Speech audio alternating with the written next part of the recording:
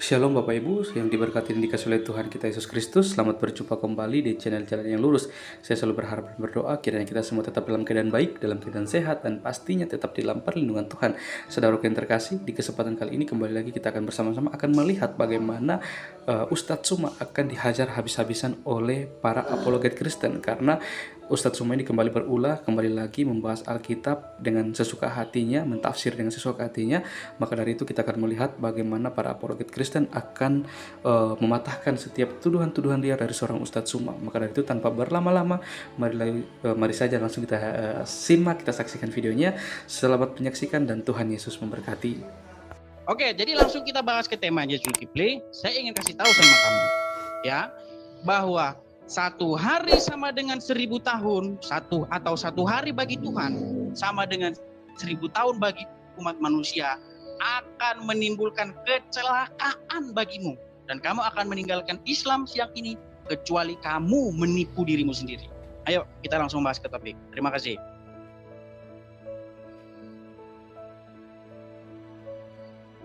Baik, terima kasih. Silakan Mas Bimo. Oke, jadi Edis Pengbual mulai menuduh-nuduh saya gemetaran. Kira-kira yang membuat saya gemetaran itu apa dari kamu, Edis? Jadi kamu jangan halusinasi, ya. Kamu katakan tadi, benarkah Al-Quran itu menjiplak tentang prosesi apa yang dijelaskan tentang waktu di dalam Al-Quran? Kan gitu. Nah, artinya kalau Anda sudah mengangkat tema, berarti Anda punya bukti bahwa Al-Quran itu menjiplak kitab Anda. Kitab Anda yang hanya terjemahan dengan PD-nya Anda tuduhkan dijiplak oleh Al-Quran. Nih, saya kasih pemahaman sedikit supaya akalmu berfungsi. Ayat-ayat yang masih benar, yang ada di dalam kitab terdahulu, ya, maksudnya kandungannya tentang tauhid, tentang kenabian, dan seterusnya, itu pada umumnya adalah ayat-ayat yang sesuai dengan apa yang kemudian ada di dalam Al-Quran.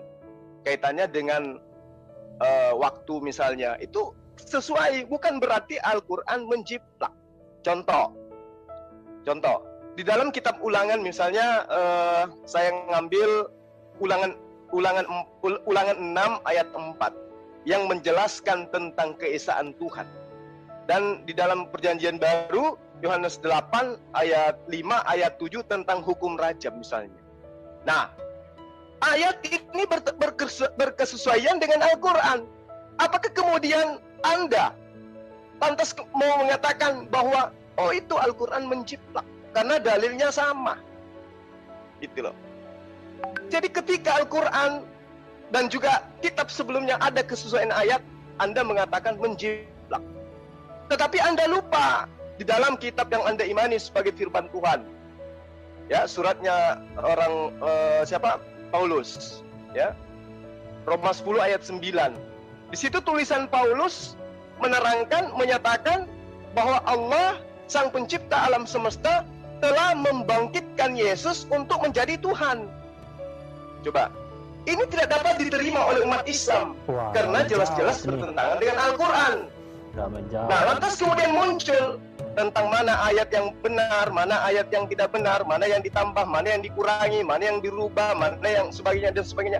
Itulah sesungguhnya yang menjadi tugas para kristolog dalam rangka membuktikan kebenaran Al-Quran, bukan malah mempermalukan diri dengan mengais-ngais kebenaran ayat suci Al-Quran tentang 1000 tahun, lalu di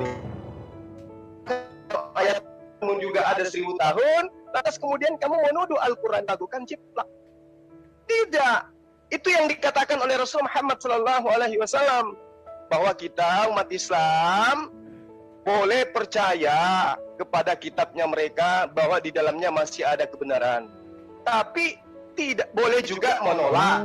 Namun yang menjadi dasar pijakan kemudian adalah Al-Quran sudah menyempurnakan seluruh ajaran para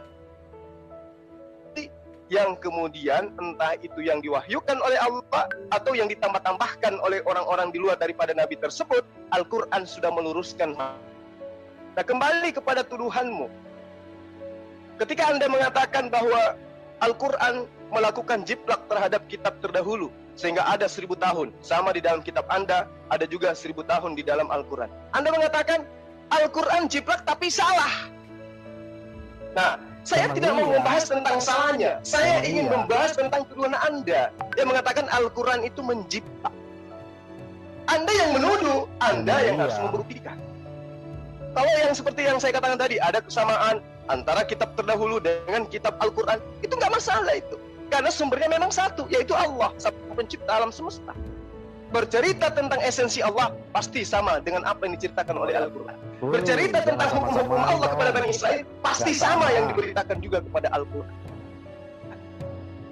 Nah, Anda kemudian bingung dalam hal ini. Karena itulah kemudian saya minta Anda membuktikan bahwa Al-Quran disadur, dijiplak dari kitab-kitab terdahulu. Buktikan itu dulu. Mengenai kesalahannya, itu derita Anda. Bahwa Anda mengatakan salah, Al-Quran keliru, maka pertanyaan saya kemudian, apakah Anda sudah bisa membaca Al-Quran? Itu. Kembali kepada poin pertama, buktikan.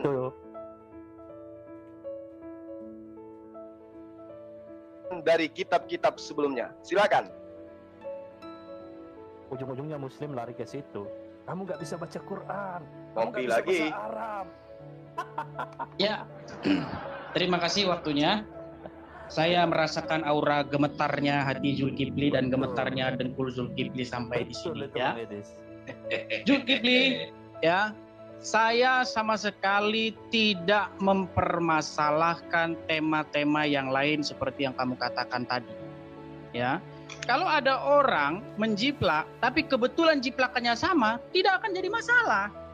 Masalahnya sebuah jiplakan itu selalu menimbulkan error atau kualitas yang lebih rendah. Makanya ada barang istilah KW1, KW2, KW3. Semakin KW-nya banyak, kualitasnya semakin aneh. Sama seperti orang menjiplak uang.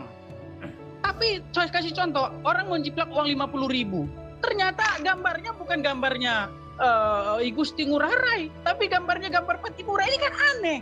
Tapi harusnya gambarnya Gusti Ngurah Rai jadi gambar Patimura. Loh, ini harusnya jadi uang 2.000. Ini yang saya bilang keanehan dari jiplakan. Kamu tadi mengatakan hal-hal yang sama. Oh, saya nggak permasalahkan itu, Kifli. Yang saya permasalahkan adalah perbedaannya. Oke, saya langsung ke temanya. Mantap Bang Di Dedis. dalam Quran, misalnya di dalam surat As-Sajdah ayat ke-5, di situ dikatakan, dia mengatur urusan dari langit ke bumi dan kemudian urusan itu naik kepadanya dalam 1 hari. Dalam 1 hari yang kadarnya adalah 1000 tahun menurut perhitunganmu. Jadi ada satu konteks di sini bahwa 1 hari bagi Allah di sisi Allah, di mana malaikat-malaikat itu naik. Malaikat itu memang naik 1 hari kepada Allah, tapi 1 harinya itu 1000 tahun menurut perhitunganmu. Nah, ini jadi problem. Itu belum saya bahas yang 50.000 tahun. Problemnya di mana? Di sini, Kifli, problemnya di sini. Kamu dengerin biar nggak ini lagi ya. Kalau memang malaikat dan Jibril itu naik menghadap Allah itu selama 1 hari yang kadarnya 50.000 tahun menurut umur umat manusia, berarti ketika Jibril datang kepada Muhammad untuk kedua kalinya, berapa umur Muhammad, Kifli? Jelaskan sama saya. Karena dia melakukan perjalanan itu memang 1 hari, tapi itu 50.000 tahun bagi umat manusia. Seharusnya ketika dia datang kepada Muhammad, umur Muhammad sudah ribuan tahun, Kifli. Ya, itu logika kamu, saya ini. Nah, saya akan tunjukkan bagaimana sih sebenarnya bunyi Bible-nya, Kifli. Ya, saya tunjuk sama kamu. Di dalam surat Petrus, ya, Petrus yang 2, pasal yang ke-3, di mana Petrus membuat satu khotbah atau sebuah pengertian kepada jemaat yang menanti-nantikan kedatangan Tuhan. Kok lama sekali Tuhan itu tidak datang-datang? Katanya segera. Mana kok nggak datang-datang? Jemaat gundah gulana. Lalu Petrus menulis suratnya. Kamu harus baca suratnya. Tapi saya bacakan saja inti dari suratnya itu. Dengarkan ini, Kifli, ya, biar kamu kebuka pikiranmu.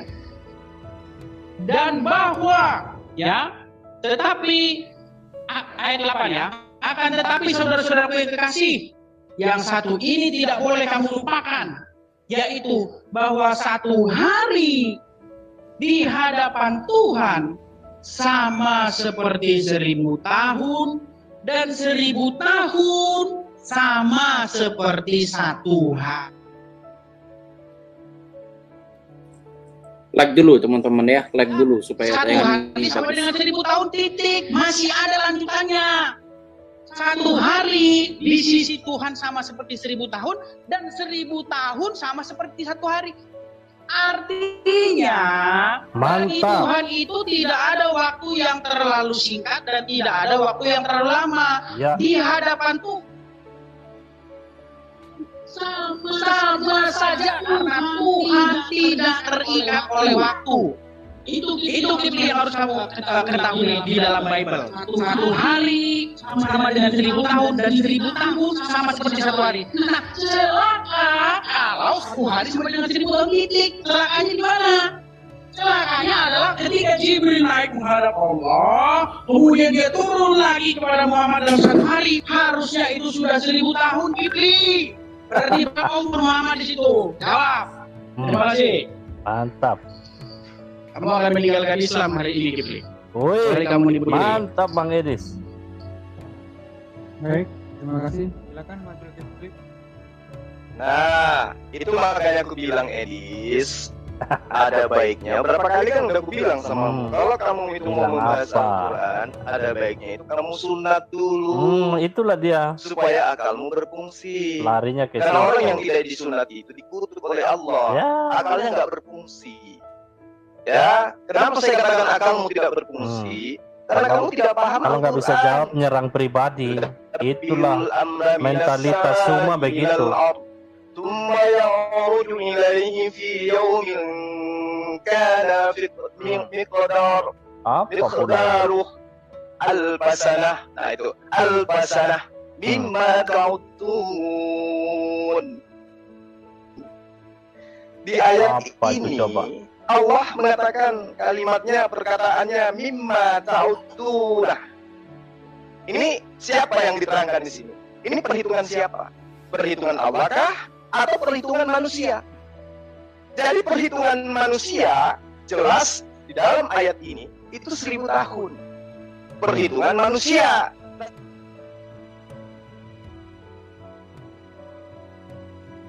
Dan dirinya kah yang berjalan sendiri, ataukah Allah yang memperjalankan? Kalau Allah yang memperjalankan, berarti yang berlaku adalah waktunya Allah.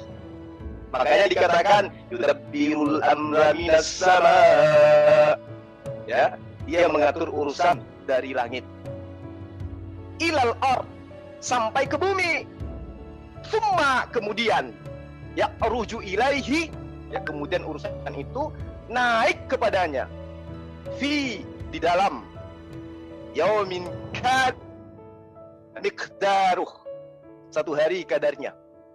Dikatakan alpasanatin mimma ta'uddun, seimbang, setara, sepenenggalan dengan 1000 tahun di penghitunganmu. Mau di sini siapa?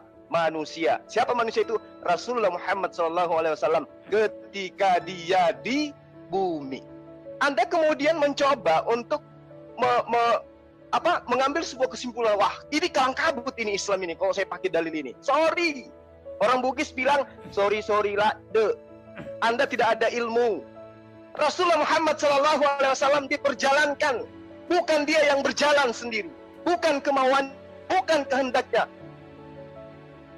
Subhanalladzi asra bi'abdihi lailam minal masjidil haram. Siapa yang menghendaki perjalanan itu? Rasulullah. Kalau Rasulullah berarti 1000 tahun menurut hitungannya. Tapi yang memperjalankan adalah Allah.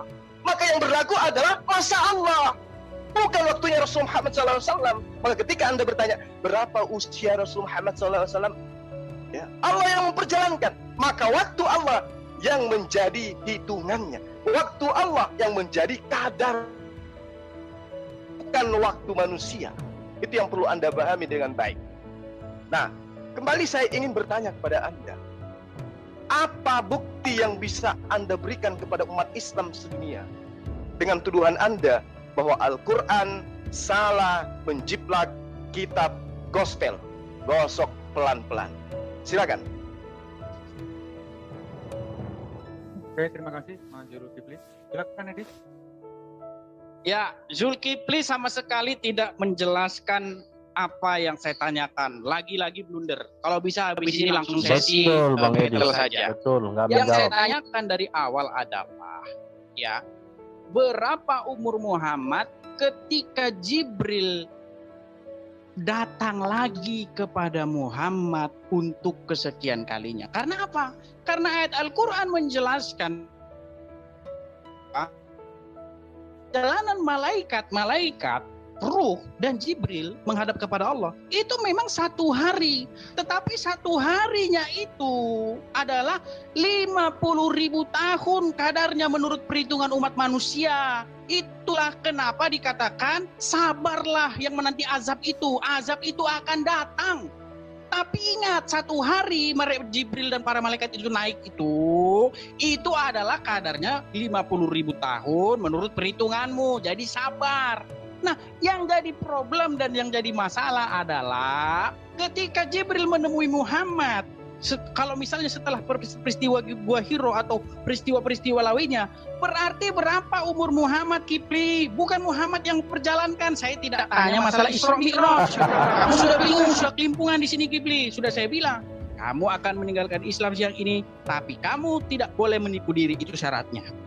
Ya, karena akan kecelakaan. Kenapa saya katakan kecelakaan? Karena ini di interval waktunya beda. Waktu Tuhan dengan waktu manusia ternyata beda. Ini menjadi masalah. Gitu loh. Tapi yang di dalam Bible dikatakan 1000 tahun itu sama seperti kemarin sore bagi Tuhan. Dikatakan dalam Bible, yang perlu kalian ketahui wahai jemaat, kata Rasul Petrus kepada para jemaat, 1 hari bagi Tuhan itu sama seperti 1000 tahun. Dan 1000 tahun sama seperti 1 hari. Tuhan itu kekal. Ya, 1 hari sama 1000 tahun bagi Tuhan itu sama aja. Karena Tuhan bukan manusia yang Mantap. Gitu, Kipli. Ini masalahnya, problemnya di situ yang makanya saya katakan tadi, apakah benar ini jiplak tapi keliru jiplaknya. Itu loh, Kipli. Makanya saya bilang sama kamu kemarin, apakah ini hanya fantasi biar wow gitu. Contoh, saya kasih contoh, agak melebar sedikit. Ketika Muhammad dikatakan dalam satu riwayat, yang menceritakan bahwa sayap Jibril, kalau tidak salah itu saya kurang tahu bunyinya, 600.000 banyak. Bagaimana 600.000 sayapnya? Coba jelaskan, apa dia ngitung? Apakah ini hanya cerita fantasi? Ya, 1 hari sama dengan 1000 tahun, apakah ini hanya cerita fantasi? Ya, Bible tidak mengatakan 1 hari sama dengan 1000 tahun. Yang Bible katakan 1 hari atau 1000 tahun bagi Tuhan sama saja, Kipli. Ya, karena bagi Tuhan, kalau Tuhan mengatakan bersiap-siaplah, yaumil akhir akan segera datang. Walaupun datangnya 5000 tahun lagi, tapi Tuhan tetap mengatakan segera datang. Karena bagi Tuhan, mau 1 hari, mau 5.000 tahun, sama. Tuhan itu tidak terikat oleh waktu. Itu yang perlu kamu ketahui. Jangan melebar kemana-mana. Bagaimana, Kipli? Saya minta sama kamu, tolong jawab. Ya, kalau memang Jibril dan para malaikat menghadap Allah dalam 1 hari memang ya bagi Allah, tapi itu udah 1000 tahun bagi umat manusia.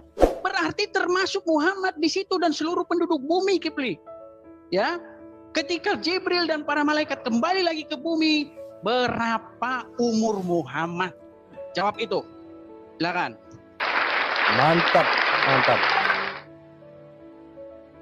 Silakan Mas Juma. Oke, jadi tadi saya sudah menjelaskan kepada Anda, tapi ya itu lagi, Anda telah dikutuk oleh Allah sampai Anda itu tidak mampu mencerna apa yang saya jelaskan. Menyerang pribadi orang. Ini benar-benar nggak punya otak nih manusia ini. Ini aja andalannya. Gak bisa jawab, baca bahasa Arab.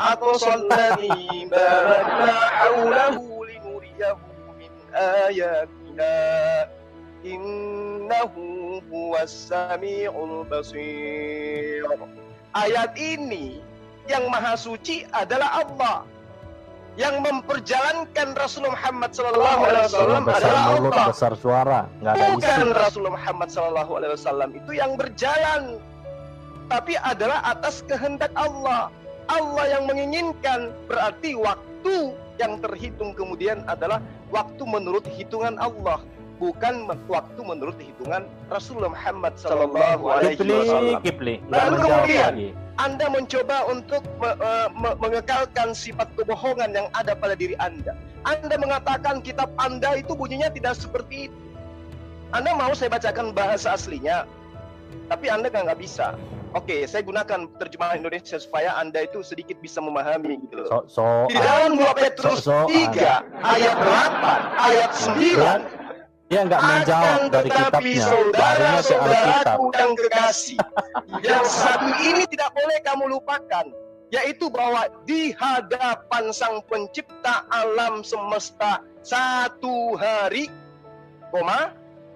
sama seperti 1000 tahun,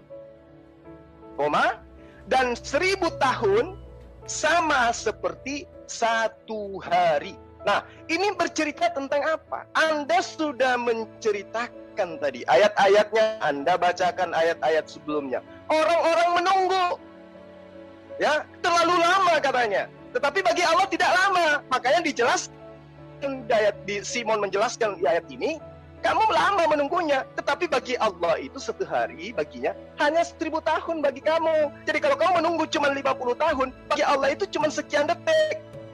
Nah, di ayat 9-nya, Tuhan tidak lalai menepati janjinya, sekalipun ada orang yang menganggapnya sebagai lalai. Tetapi ia sabar terhadap kamu, karena ia menghendaki supaya jangan ada yang binasa, melainkan supaya semua orang berbalik dan bertaubat. Lagi-lagi mengajarkan bertaubat, bukan menerima tebusan, bertaubat. Nah, ini kamu mencoba untuk memelintir. Apa yang diterangkan di dalam ayat ini itu berkesesuaian dengan apa yang ada di dalam Al-Quran. Yudabbirul amra minas samai ilal ardh yaudu ilaihi. Nggak menjawab baca bahasa Arab terus dari tadi. Al-basana mimma ta'udun. 1000 tahun di hadapanmu, di hadapan Allah sehari. Di dalam Petrus 2:28 itu sama. Satu hari di mata Tuhan, 1000 tahun di mata kamu. 1000 tahun di mata kamu sama satu hari di hadapan Tuhan. Apa yang kemudian salah jiplak kalau kau menuduh menjiplak? Nah, kalau ini sudah nyata, tidak ada yang sama, tidak ada yang salah dengan Al-Quran. Karena ayatnya pun di dalam kitabmu juga sama. Quran tanpa Tuhanmu itu sudah terlempar jauh kena kepada jidatmu. Kau menuduh Al-Quran itu menjiplak salah. Tapi ternyata kitabmu juga mengatakan hal yang sama.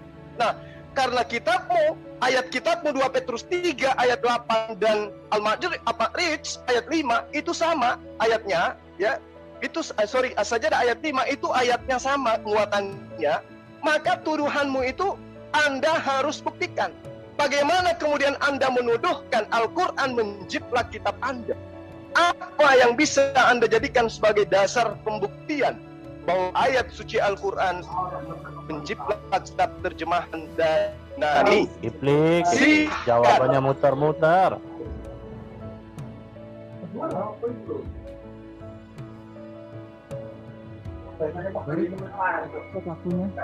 Ayo Edis, jawabannya ya, muter-muter kemana-mana. Waktu saya ini Kipli, kamu boleh potong.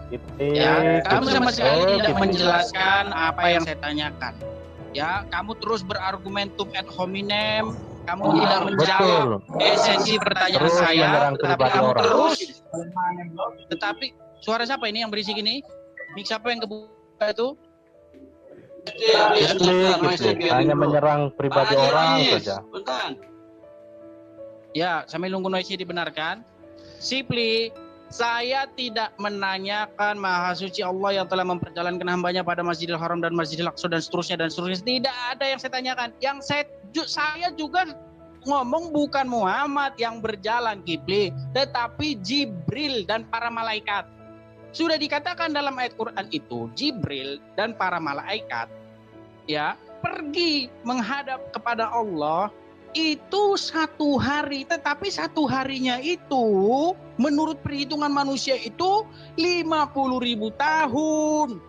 Nah, bayangkan ketika Jibril datang lagi ke bumi yang satu hari itu dan 50.000 tahun menurut umat manusia, berarti umur Muhammad sudah berapa, Kipli? Itu yang saya tanyakan sama kamu. Saya nggak nanya Muhammad diperjalankan, ya, bukan Muhammad yang saya tanya. Muhammad diam aja di bumi, ya. Yang saya tanyakan ketika malaikat dan Jibril itu menghadap kepada Allah, ya, memang mereka itu menghadap kepada Allah 1 hari memang, tapi dalam kadar perhitungan umat manusia itu 1000 tahun. Nah ini yang saya bilang sama kamu, Kifli, di dalam Bible bukan titik berhenti di situ. Bible bukan ngomong 1 hari 1000 tahun titik, tidak. Kalau Bible ngomong 1 hari di hadapan 1 hari bagi Tuhan sama dengan 1000 tahun bagi umat manusia, titik, berarti Mantap, Bible sama dengan Quran. Masalahnya tulisan itu masih ada lanjutannya, Kifli, lanjutannya, dan 1000 tahun sama dengan 1 hari. Maksud dari ayat itu adalah, Kifli, bagi Tuhan itu 1 hari atau 1000 tahun itu sama. Karena apa? Karena bagi Tuhan itu tidak ada waktu yang terlalu lama, karena Tuhan itu mengatasi waktu. Saya minta kepada moderator biar nggak berbeli-beli lagi gini. Saya kasih waktu menjawab untuk Kifli menjawab di sesi saya ini. Ayo Kifli, langsung aja. Berapa umur Muhammad ketika Jibril datang lagi kepadanya? Padahal perjalanan Jibril dari Allah ke dalam bumi itu 50.000 tahun. Silakan. Ya, jawab.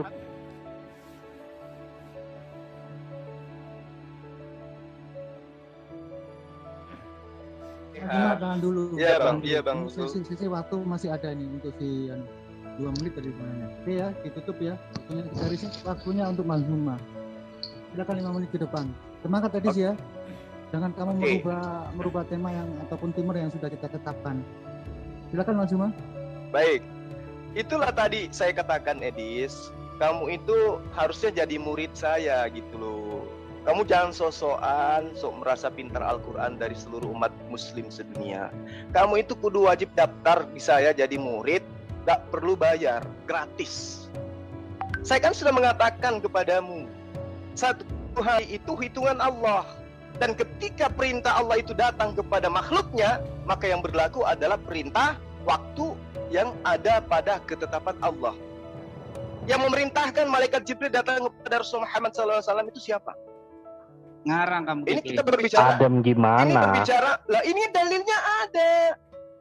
Allah mengatakan itu dalilnya sudah sangat jelas. Saya berbicara mengenai dalil, bukan Tolong asumsi. ditampilkan aja ayatnya. Mimma ta'uduna, waktu di hadapanmu, tetapi di sisi Allah waktunya hanya sehari. Ayatnya, pakai ayatnya gitu. Kejar terus bang. Yudabbirul amra minas Di share screen. Share screen-nya ambil lihat di sini. ardi thumma ya'ruju ilaihi fi yaumin kana miqdaruh. Ini yang diperintahkan untuk mengantar wahyu, menjemput Rasul Muhammad SAW adalah malaikat. Nah, waktu yang digunakan adalah waktunya Allah. Allah yang memerintahkan. Makanya ketika Rasul Muhammad SAW itu Isra, Mi'raj, maka yang berlaku kemudian adalah waktunya Allah. Begitu juga malaikat yang diperintahkan oleh Allah. Waktunya jelas. Ya. Namun, dalam prosesi perhitungan itu Allah menerangkan bagi manusia itu kadarnya 1000 tahun. Ini adalah materi di luar daripada proses pada saat Rasulullah Muhammad SAW itu Isra. Anda tidak akan pernah bisa keluar dari surah Al-Isra, karena Anda sedang membahas tentang perjalanan Rasulullah. Berapa usia Rasulullah Muhammad SAW tidak bertambah dan tidak berkurang, melainkan sesuai dengan perjalanan yang dilalui menurut hitungan Allah. Ya, Allah yang ingin memperjalankan beliau. Allah yang menginginkan malaikat Jibril menjemput beliau, dan Allah menginginkan juga malaikat Jibril yang mengantar beliau. Ketidaktahuan Anda kemudian muncul dengan pertanyaan yang menggelitik. Berapa usia Rasulullah Muhammad SAW? Kalau di hadapan Tuhan sehari, dia sebanyak 1000 tahun. Padahal yang memperjalankan itu kan sudah jelas. Ayatnya sudah saya bacakan. Subhanalladzi asra bi 'abdihi lailan minal masjidil haram. Yang memperjalankan itu adalah Dia yang Maha Suci. Siapa Dia? Allah. Ya, siapa yang diperjalankan? Rasulullah Muhammad SAW. Maka yang berlaku adalah masa dari Rasulullah Muhammad masa dari Allah Subhanahu wa taala terhadap manusia suci yang diperjalankan oleh beliau. Itu nyata di dalam kitab kami, ya, itu nyata di dalam kitab kami. Kembali kepada pertanyaan saya, Mana buktinya Al-Quran salah menjiplak kitab Anda? Ingat 2 Petrus 3 ayat 8, itu jelas di mata Tuhan di dalam kitabmu ada waktu. Akan tetapi saudara-saudara yang kasih, yang satu ini tidak boleh kau lupakan. Lagi-lagi nggak menjawab. Satu hari. Ingat, kamu jangan pelintir kitabmu sendiri. Bahkan di dalam kitabmu jelas dikatakan bahwa pada hari ke-7 Tuhanmu beristirahat. Berarti Tuhanmu punya waktu. Jangan lupakan itu. Tuhanmu ketika dikatakan sudah menciptakan, ini dia Anda melakukan tafsir istirahat seenak-enaknya pada nih. hari ke-7. Entah dia lelah atau apa, wallahu alam. Yang jelas di dalam kitabmu diterangkan, ketika Tuhanmu pada hari ke-7 telah menyelesaikan pekerjaan yang dibuatnya itu, berhentilah ia pada hari ke-7. Nggak bisa jawab, menyerang Berhentilah ia Alkitab. pada hari ke-7. Itu diterangkan dalam kitabnya Bani Israel yang kamu ambil terjemahannya, Kejadian 2 ayat 2. Pertanyaan saya, buktikan bahwa Al-Quran telah menjiplak kitabmu. Silakan.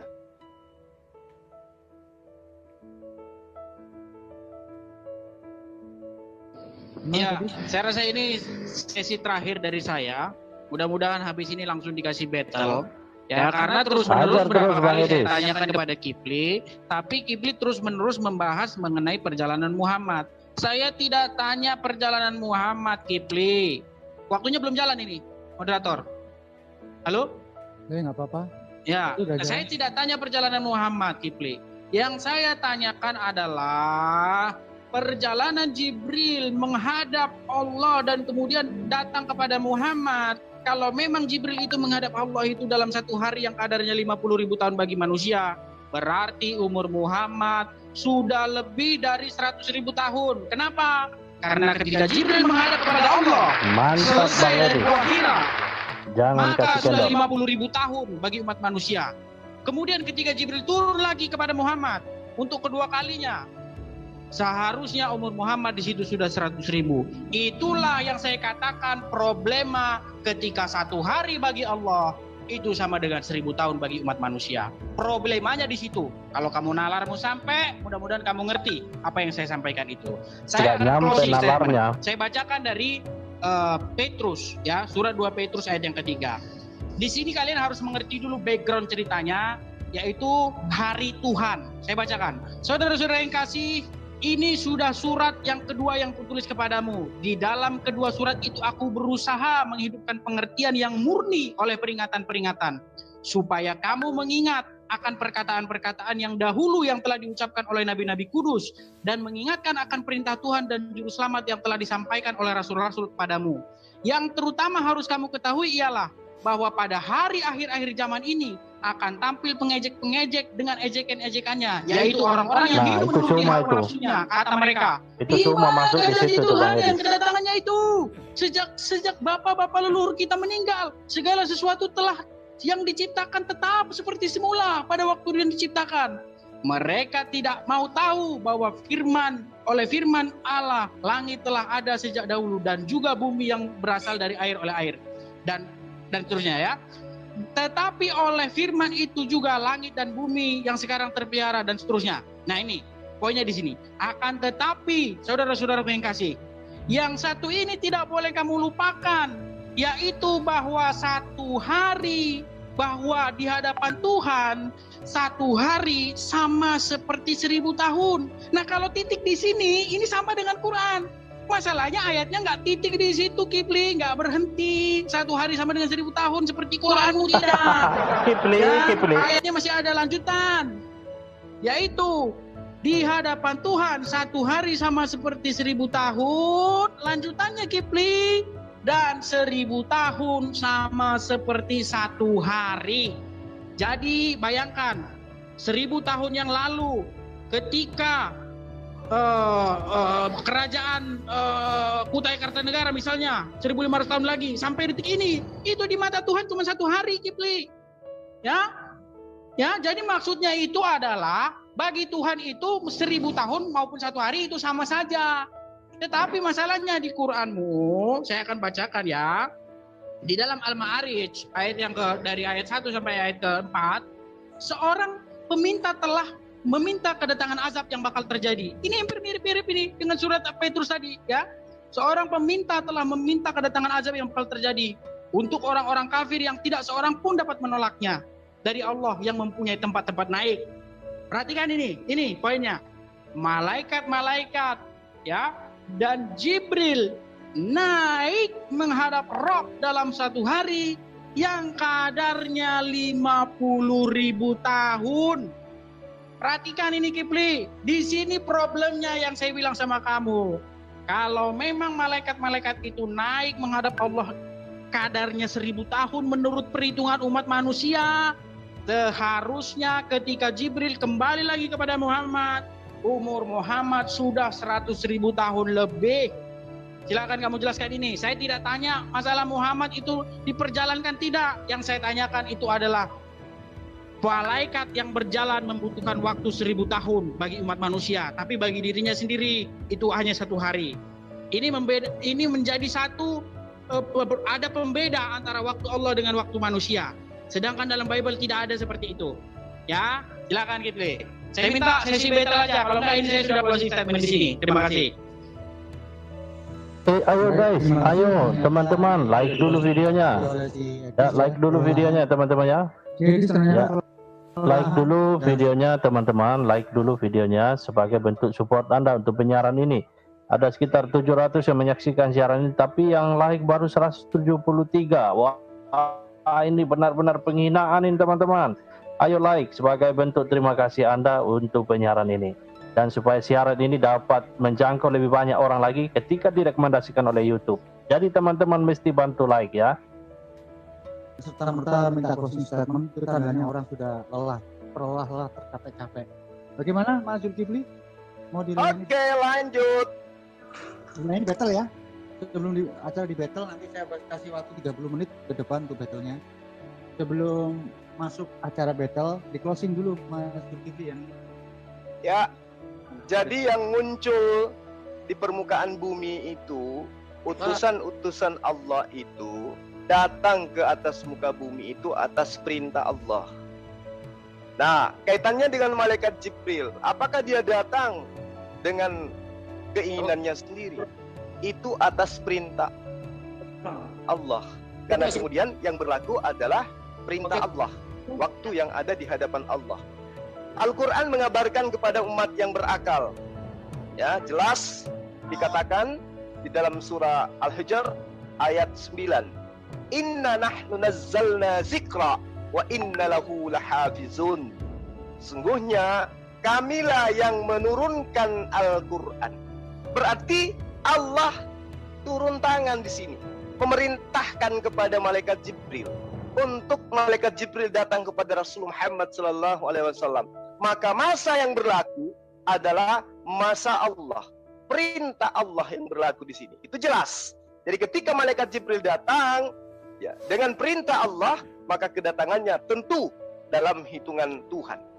Nah, apakah kemudian Edi Sidabutar ini tidak paham tentang apa yang diceritakan oleh kitabnya sendiri? 2 Petrus 3 dari ayat 1 sampai ayat 9 tadi dibacakan kalau nggak salah. Ini justru terang sekali menyatakan bahwa satu hari di hadapan Allah itu sama aja 1000 tahun di hadapan manusia. 1000 tahun di hadapan manusia itu sama halnya satu hari di hadapan Allah. Ini dalilnya ini, tapi dia mencoba untuk pelintir dalil kitabnya sendiri. Seakan-akan 1000 tahun di hadapan Allah itu sama aja satu hari di hadapan Allah. Padahal di dalam kitab Kejadian 2 ayat 2 yang saya bacakan tadi, ya, jelas di situ dikatakan Allah pada saat menyelesaikan pekerjaannya di hari ke-6, maka pada hari ke-7 Allah atau Kristen itu istirahat. Ya, setelah menyelesaikan pekerjaannya, Tuhannya Kristen itu istirahat. Kalau di dalam Al-Quran Allah itu tidak pernah menjaga makhluknya. Kalau ini dia istirahat dia di Kejadian 2 ayat 2. Nah, kembali kepada pertanyaan saya. Saudara tidak menyentuh esensi dari pertanyaan saya. Apa buktinya Al-Quran menciplak kitab Anda? Anda tidak bisa membuktikan itu. Adapun malaikat 50.000 tahun di dalam surah Al-Ma'rij ayat 4. Anda baca dari ayat pertama. Itu jelas tentang di yaumil akhir, di padang mahsyar, melaporkan kepada Allah. Kadarnya menurut malaikat, tapi di hadapan Tuhan tetap aja sehari. Itu yang perlu Anda pahami. Berbeda ketika Allah bercerita tentang hal yang di dunia, yang berkaitan dengan surah Sajadah ayat 5 tadi yang sekarang kepada Anda. Nah, disinilah gagal pahamnya Anda. Oleh karena itulah saya hanya ingin mengatakan, ketika Anda mengais-ngais terjemahan Al-Quran untuk menyerang Al-Quran, maka Anda harus perhatikan yang Anda miliki. Apakah Anda punya kompetensi untuk itu? Atau hanya ngais-ngais aja? Hanya air liur aja yang Anda lebih besarkan daripada ilmu? Jelas sekali yang memperjalankan para malaikat adalah Allah, bukan kehendak mereka sendiri. Kalau kehendak mereka, yang berlaku adalah waktu mereka. Tapi karena Allah yang berkehendak, maka waktu Allah yang berkehendak. Thank you Mei Arina, terima kasih untuk supportnya, Tuhan memberkati. Dan seterusnya. Jadi jelas, pada proses pewahyuan, waktu yang berlaku adalah waktu di hadapan Allah, bukan waktu di hadapan makhluk. Demikian. Baik, terima kasih Klaus. Oke, kita reset untuk 25 menit ke depan. Ajar terus Bang Edis. Ya, nggak menjawab sama sekali. Mengecewakan jawaban Bang Suma. Mas Ian, hotel 25 menit. Oke, terima kasih. Dar timer.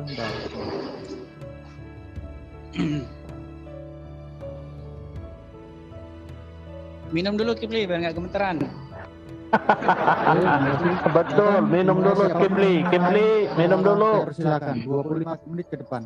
Oke, Edis silakan buktikan tuduhanmu bahwa Al-Quran menjiplak kitabmu. Silakan. Oke, Kipli, ya. Kamu saya tanya dulu. Malaikat Buktikan kitab Al-Quran menjiplak kitabmu. Iya, ini Saya sudah menjelaskan tadi dalil-dalil Al-Quran tentang tuduhan kamu. Saya sudah Al-Ma'arij, membuktikan. As-Sajadah, Al-Hijr, Isra, sudah saya jelaskan. Sekarang Anda buktikan. Umat Islam sedunia yang menyimak kita lagi berdialog, menunggu pembuktian dari Anda bahwa Al-Quran menjiplak kitab Anda. Ada masalah 1000 tahun dibahas di dalam kedua kitab itu? Tak ada masalah. Oke, ada masalah. Sekarang saya tanya sama kamu. Nggak ada masalah, nggak ada masalah. Ya, Nggak ada masalah. Karena di hadapan Allah sehari, di hadapan manusia setahun. Sekarang tuduhanmu pertanggungjawabkan supaya kamu nggak ditertawakan, Edis. Nah, banyak orang yang mengenal kamu itu pembual, pembohong, pendusta, licik dalam berdiskusi. Sekarang Anda buktikan tuduhanmu. Kamu yang licik itu. Kamu yang licik, menjiplak kitabmu. Dari dulu kamu ngomong sama saya nyerocos kamu pertanggungjawabkan tuduhanmu. Jangan nyerocos seperti perempuan. Kalau kamu membuktikan, tuduhanmu, saya diam. Kamu mau membuktikan tuduhanmu? Kalau kamu ingin membuktikan tuduhanmu, saya diam. Saya sedang akan membuktikan kepada kamu. Saya sedang akan membuktikan kepada kamu. Waktu Anda 10 menit untuk membuktikan. Silakan Anda bicara 10 menit. Buktikan Al-Quran menjiplak kitab Anda. Silakan. Oke. Di dalam kedua kitab itu sudah jelas sekali, ya. Di dalam Bible, Petrus menuliskan surat kepada jemaat bahwa menanti-nantikan Tuhan yang segera datang itu diberitahu rahasianya oleh Petrus, yaitu bahwa satu hari di hadapan Tuhan itu sama seperti 1000 tahun, dan 1000 tahun sama seperti satu hari di hadapan Tuhan. Ingat Kipli, jangan dipotong di tengah seperti Quranmu. Ketika Quranmu mengatakan satu hari di sisi Allah sama dengan 1000 tahun menurut perhitungan umat manusia, ini jadi masalah. Kenapa jadi masalah? Kalau Jibril satu hari turun ke bumi, berarti di dunia saya potong ya, saya potong. Saya minta Anda membuktikan Al-Quran menjiplak kitabmu. Saya tidak butuh Anda ceramah. Kalau khotbahmu sudah saya tapis tadi, sudah saya tendang tadi tuduhan kamu itu. Sekarang pembuktian Al-Quran menjiplak kitabmu. Silakan. Ada keserupaan nggak dari dua kitab yang saya utarakan tadi? Iya, serupa. Nah, sama dalilnya. Kalau ada keserupaan yang muncul belakangan, dibilang mengutip gimana? Loh, Tadi katanya kamu menciplak, Loh, salah saya- ciplak. Nah sekarang saya kasih- buktikan Saya kasih contoh. bahwa Saya kasih- Al-Quran itu ada pekerjaan mula menjiplak kitabmu. Ini yang perlu Nah, kamu buktikan. Bagaimana prosesnya itu lain temanya. Saya tidak menjelaskan Enggak, bagaimana Kamu prosesnya. jangan lari, Kalau- Saya nuntut kalau- kamu membuktikan tuduhanmu. Kalau Kamu yang bagaimana menuduh. prosesnya, Ini yang perlu dibuktikan sekarang, Edis. kalau Tuduhanmu bagaimana- mengatakan Al-Quran salah jiplak terhadap kitabmu. Buktikan bahwa Al-Quran menjiplak kitabmu. Silakan. kamu mau menanyakan bagaimana prosesnya? Banyak sekali Silakan, riwayat, banyak sekali silakan. riwayat-riwayat menurut Ya, sumber-sumber silakan Islam buktikan. sendiri bagaimana Muhammad pun pernah melihat kitab Taurat atau Injil. Bagaimana di dalam suatu riwayat diceritakan bahwa Umar bin Khattab pernah membawa kitab Taurat dan Injil. Kemudian Muhammad ngomong sama Umar bin Khattab, ya, jikalau sekiranya Musa ada di sini, dia akan menjadi pengikutku. Itu sudah menjadi satu indikasi bahwa kitab Taurat atau Injil sudah ada, ya, di zaman ketika Muhammad hidup. Kemudian yang lain-lain lagi. Dengar dulu. Nah, itu Besar sudah mulut ada aja satu- tutup ini. Wasallam, Tapi nggak ada isi. dengar. Rasulullah Muhammad SAW itu marah besar ketika Umar bin Kenapa Khattab dia marah? Kenapa dia marah justru karena dia marah karena dia namanya tidak dia? mau. Kalau Karena memang dia- ada namanya dia dinubuatkan di situ, dia tidak perlu marah, Kipli. Bagaimana Justru mungkin karena kitab itulah, yang membenarkan Edis. dia? Justru Bagaimana itulah, mungkin kitab yang Edis, membenarkan dia marah karena Dia Al-Quran marah. itu bukan dari catatan-catatan Yahudi, Oh. bukan dari catatan-catatan Sekarang saya tanya Israel, sama kamu, tetapi benar atau wahyu tidak? itu Al-Quran Benar atau tidak? Ini Arina, nanti saya akan teruskan ke Bang Edis ya. Terima kasih untuk supportnya dalam pelayanan Bang Edis. Terima kasih ya. Nanti saya akan Kalau hubungi Bang memang Edis. Taurat dan Injil membenarkan Muhammad, kenapa Muhammad harus marah sama Umar bin Khattab? Dia marah karena dia menggunakan catatan. Ada selembaran, sepotong Seharusnya selembaran nggak marah, Taurat. Kipli. Bukankah Taurat dan Injil itu membenarkan Muhammad? Bukankah Taurat dan Injil membenarkan kedatangan Muhammad? Kenapa harus Betul marah? sekali, Kenapa tetapi harus marah ketika Rasul Umar bin Khattab membawa kitab itu? dengar. Justru karena dia marah, karena dia tidak butuh kitab-kitab sebelum Al-Quran. Yang dia butuhkan adalah pewahyuan dari Allah. Pewahyuan dari Allah yang dibutuhkan. Bukan ini dari namanya catatan-catatan munafik. orang Yahudi. Ini Buktinya namanya ketika Umar munafik. datang. Di satu Ketika sisi Umar mengatakan bahwa datang, kitab itu membenarkan dia, menyatakan, tapi ketika ada memperlihatkan kitab itu dia marah. Catatan Torah, selembaran Torah itu Stop dulu. Mulut si siapa Kipli yang- macam ibu-ibu, cempreng, nyerocos saja. ini betul, Bang. Jadi ketika Umar datang memperlihatkan lembaran Torah, sepotong lembaran Torah kepada Rasulullah Muhammad SAW, apa reaksinya? Dia senang? Tidak, dia marah besar. Kenapa kamu membawa kitabnya Bani Israel? Saya tidak mau dikotori dengan itu semua. Sebab yang kuterima adalah Ya, langsung mungkin dari saja Allah karena melalui takut perantaraan. ketahuan bahwa nama Jangan Muhammad mungkin, tidak ada di dalam situ. jangan mungkin. Ini Al-Quran, Kalau memang firman dia Allah. dibenarkan di dalam kitab itu, kenapa harus takut? Kenapa harus marah? Bukan Dia tidak mau, sedangkan coba Anda bayangkan kalau sekiranya mungkin Umar sahabat-sahabatannya datang kepada Rasulullah Muhammad SAW membawakan kitab sebelumnya, Torah dan Injil. Apa yang kalian Justru lakukan itu sekarang? menjadi satu kesempatan Apa yang Umar Anda untuk lakukan sekarang? membuktikan bahwa namanya ada tertulis di dalam itu. Sedangkan Umar bin Khattab saja datang mengambil sepotong lembaran daripada Torah, Muhammad marah, Muhammad SAW marah. Apalagi kalau dia datang membawa kitab. Itu Artinya namanya Anda punya tidak potensi konsekuen. untuk Tadi kamu menuduh mengatakan bahwa Al-Quran itu jikalau ada adalah informasi dari orang ciplakan Yahudi dan Nasrani, dari Torah, jangan Torah, kamu Torah menolaknya. sebelumnya. Tapi giliran Sekarang- ada, dia Sekarang marah. saya tanya, mana buktinya Rasulullah Muhammad SAW itu menjiplak Taurat dan Injil? Semua Sedangkan keterangan-keterangan itu, sedangkan Umar ketika dia sudah datang menjadi membawa lembaran satu bukti adanya lem- indikasi, apa, adanya sepotong lembaran rantai, dari adanya Taurat, satu hubungan Rasulullah bahwa SAW itu marah. mungkin kemungkinan besar Ah. dilakukan penjiplakan. Sedangkan dia Kitab yang datang kemudian itu jiplak lah. Sudah pasti itu. Rasulullah SAW itu marah. Harusnya Jadi nggak boleh marah, mana karena tuduhanmu nama bahwa dia ada di dalam menjiplak? situ. Bukankah Mana dia menjiplak mana? bukankah kitab itu sendiri mengatakan membenarkan dia? Bagaimana mungkin kitab yang membenarkan dia, tapi ada kitab yang membawa itu dia marah? Iya, karena dia menyampaikan Al-Quran bukan Nggak nyambung, berdasarkan. Kipli. Kamu berbelit-belit, nggak nyambung. Loh, Bukankah kan kita dalilnya itu kamu yang membenarkan bawa. Muhammad? Ketika Umar bin Khattab datang membawa sepotong Taurat, lembaran Taurat, Rasulullah marah. Harusnya Nah, nggak mana? marah karena Mana? kitab itu membenarkan dia. Kenapa harus mengikuti kamu dengan mengatakan seharusnya tidak marah? Loh, Kenapa? bukankah tadi kamu mengatakan sendiri kalau ada informasi dari orang Yahudi dan Nasrani jangan kamu menolaknya dan juga jangan langsung kamu menerimanya. Sekarang kenapa ketika Umar Itu terdapatan pemberitaan membawa Rasulullah kitab Muhammad Taurat dan Sallallahu Injil, Alaihi Muhammad Wasallam marah. kepada umatnya, bukan kepada dia yang Anda tuduhkan menjiplak kitab terdahulu. Dalil ini sudah sangat jelas. Umar datang memperlihatkan sepotong lembaran Taurat. Apa reaksi Rasulullah? Apakah dia Kenapa meminta dia untuk marah? dia jiplak? Tidak.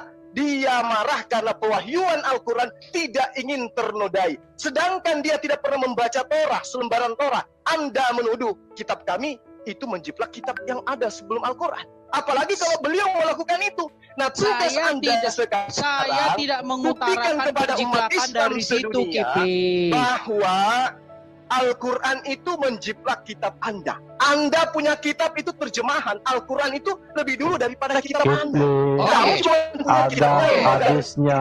Iya. Nabi itu belajar dari orang Kristen tentang Injil, tentang Taurat. Kamu tahu nggak orang-orang yang hidup sejaman dengan Muhammad itu sudah melemparkan satu tuduhan kepada Muhammad bahwa Muhammad mempelajari Quran itu dari orang ajam. Itu adalah tuduhan. Iya, Sama dengan kamu. artinya Sekarang Anda buktikan. memang tuduhan. Sekarang Anda buktikan. Mana dalilnya, mana pembuktiannya ketika Rasulullah Muhammad SAW Anda tuduhkan menjiplak kitab Anda, sementara Umar membawa sepotong selembaran aja, dia marah besar, dia murka besar. Baru kali itu dia marah pada sepotong lembaran dari Torah. Nah, sekarang Anda menuduh, lagi-lagi Anda mengikuti orang-orang kafir, orang-orang syirik masa Rasulullah. Sekarang Anda buktikan dulu, Anda hidup di zaman sekitar. Anda hidup di era di era yang lebih canggih yang bisa Anda buktikan apapun yang Anda anggap sebagai kebenaran. Sekarang Anda tunjukkan mana bukti Al-Quran adalah hasil jiplakan dari kitab sebelumnya. Silakan. Oke. Artinya Kipli bahwa tuduhan-tuduhan terhadap Muhammad bahwa Muhammad telah Saya membuat tidak Quran. bercerita Jangan tentang kasih tuduhan sewa itu. menjawab. Kasih sewa Saya Kipli. tidak hafal apa Kasih yang kamu waktu orang katakan. jawab lah, Yang saya Kipli. mau bukan tuduhan, Itu tetapi di tema lain. pembuktian. Itu di tema Pembuktian, Bro. lain, bagaimana prosesnya Apa? itu di tema lain. Apa pula Tema kamu di kita- tema lain? Sekarang kita katanya hari tadi ini- kamu menantang. Ah. Kamu menantang.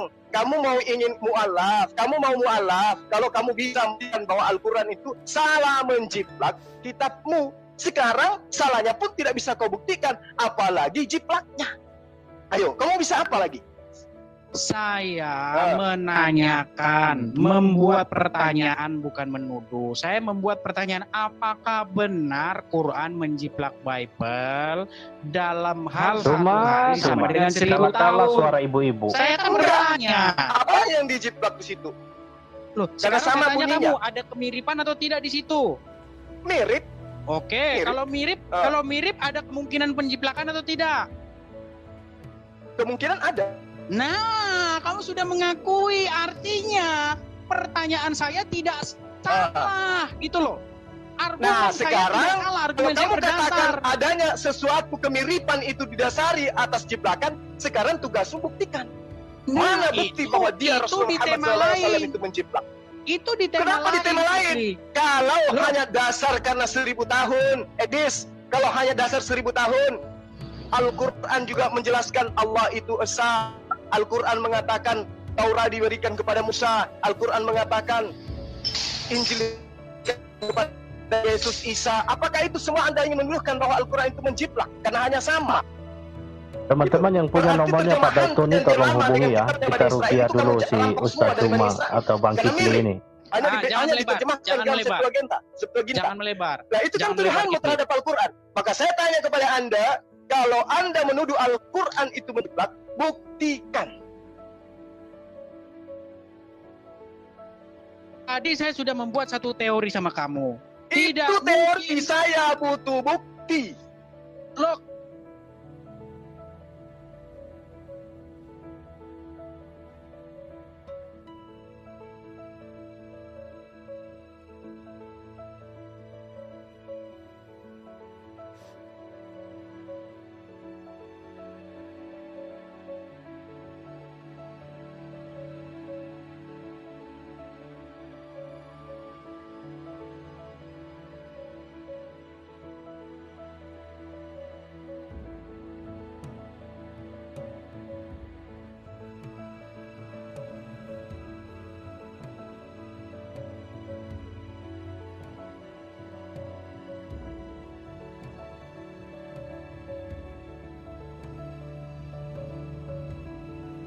Ya, itu dia saudaraku. Kita bersama-sama telah melihat bagaimana pemaparan argumentasi dan narasi dari masing-masing pendebat, dari teman-teman para apologet Kristen dan juga Ustadz Zuma sendiri.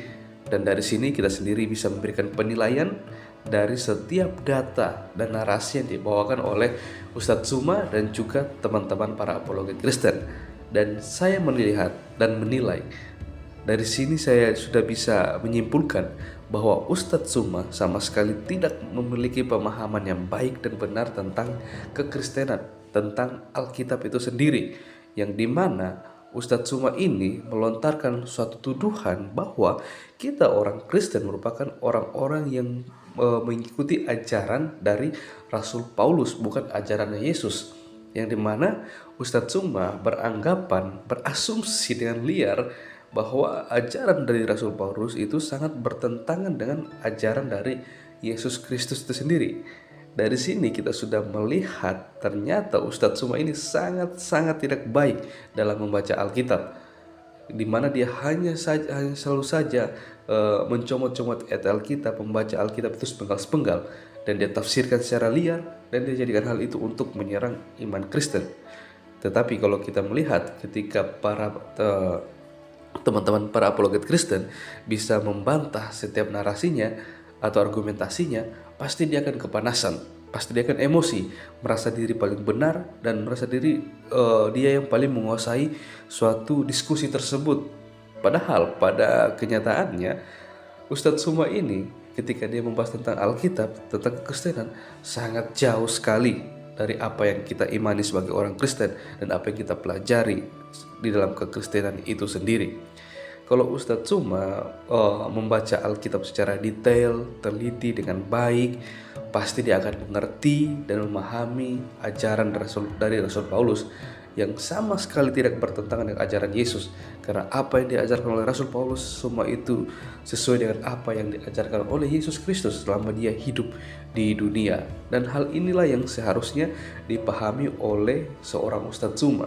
Bahkan Ustadz Zuma sendiri melontarkan suatu pernyataan atau narasi bahwa bisa jadi bukan Yesus yang berjumpa dengan Rasul Paulus pada waktu perjalanannya dia menuju ke Damsyik seperti itu. Dan saran dari saya untuk Ustadz Zuma, ada baiknya sebelum Ustadz Zuma melontarkan tuduhan dan narasi liar bahwa kita orang Kristen pengikut ajaran Rasul Paulus dan ajaran Rasul Paulus itu bertentangan dengan ajaran Yesus, sebaiknya Ustadz Zuma mempelajari, memperdalam untuk mengenal lebih dalam lagi siapa sih Rasul Paulus itu. Memang kita mengikuti apa yang diajarkan oleh Rasul Paulus, karena apa yang diajarkan oleh Rasul Paulus itu juga yang diajarkan oleh Yesus Kristus, seperti itu, dalam artian bahwa ajaran dari Rasul Paulus dan juga Yesus Kristus itu tidak bertentangan seperti itu, tapi ada kaitannya. Dan apa yang diajarkan oleh Rasul Paulus itu dalam pengajarannya itu semuanya itu berdasarkan apa yang diajarkan oleh Yesus Kristus selama dia hidup di dunia sampai dia terangkat ke surga, seperti itu Ustadz Zuma. Dan kita melihat sebenarnya semua yang dijelaskan oleh teman-teman para apologet Kristen itu sangat baik, sudah sangat-sangat dengan gaya bahasa yang sederhana, yang seharusnya itu bisa kita mengerti, seperti kita pahami ya. Tapi memang Ustadz Zuma tetap keras ya dalam hal ini ya, entah mengapa dan apa yang terjadi dengan Ustadz Zuma sehingga dia sangat menolak tentang apa yang disampaikan oleh orang Kristen itu sendiri. Oke ya, inilah yang jadi perhatian untuk kita semua sebagai orang percaya, untuk kita juga harus bisa mempertanggungjawabkan iman kita kepada setiap orang yang masih ragu-ragu, bahkan setiap orang yang selalu saja melontarkan tuduhan-tuduhan liar tentang apa yang kita imani dan kita yakini, seperti itu. Dan sebelum saya mengakhiri video ini, saya akan membagikan satu renungan yang berkaitan dengan perjalanan dari seorang Rasul Paulus, yang dimana sebelum dia menjadi seorang rasul dan menjadi seorang pemberita kabar baik. Kalau kita membaca di Kisah Para Rasul 9 ayat 1-18, di situ kita bisa melihat bagaimana perjalanan dan pertobatan dari seorang Saulus yang menjadi Paulus. Perlu kita ketahui bahwa Saulus ini merupakan orang yang sangat membenci kekristenan, sangat membenci tentang ajaran Kristus, seperti itu. Maka dia bertekad dan berusaha untuk menganiaya dan juga membinasakan orang-orang Kristen pada waktu itu. Tapi perubahan yang sangat spektakuler, yang dimana ketika dia dalam perjalanan menuju ke Damsyik untuk menghukum, menganiaya orang-orang Kristen sana, Yesus Kristus berjumpa secara pribadi dengan dia. Dan perjumpaan itulah yang mengubahkan Rasul Paulus dari seorang penganiaya menjadi seorang pengikut dan pemberita yang sejati. Dan hal inilah yang membuat kita sebagai orang percaya melihat bagaimana ketika Rasul Paulus mengalami perjumpaan pribadi, perubahan itu ada dalam kehidupannya. Begitu juga kita sebagai orang percaya, ketika kita mengalami perjumpaan pribadi dengan Yesus, kita juga akan mengalami perubahan yang sangat luar biasa dalam kehidupan kita. Dan hal ini juga yang kita harapkan, yang kita inginkan terjadi kepada Ustadz Suma seperti itu. Kalau kita melihat ya perjalanan Rasul Paulus ini merupakan perjalanan yang bagi saya sangat memberkati saya. Dan saya juga bisa melalui perjalanannya ini mengintrospeksi diri saya. Apakah saya juga bisa dikatakan seorang Kristen yang sejati, pengikut Kristus yang sejati atau tidak seperti itu. Oke saudaraku, mungkin sekian video dan juga renungan dari saya di hari ini. Dan sampai berjumpa di video-video saya yang selanjutnya. Kita terus berdoa untuk teman-teman para apologet Kristen, supaya mereka juga terus dipakai Tuhan dan diberkati Tuhan. Dan setiap pergumulan mereka dijawab dan berkati oleh Tuhan. Sampai bertemu, Tuhan Yesus memberkati.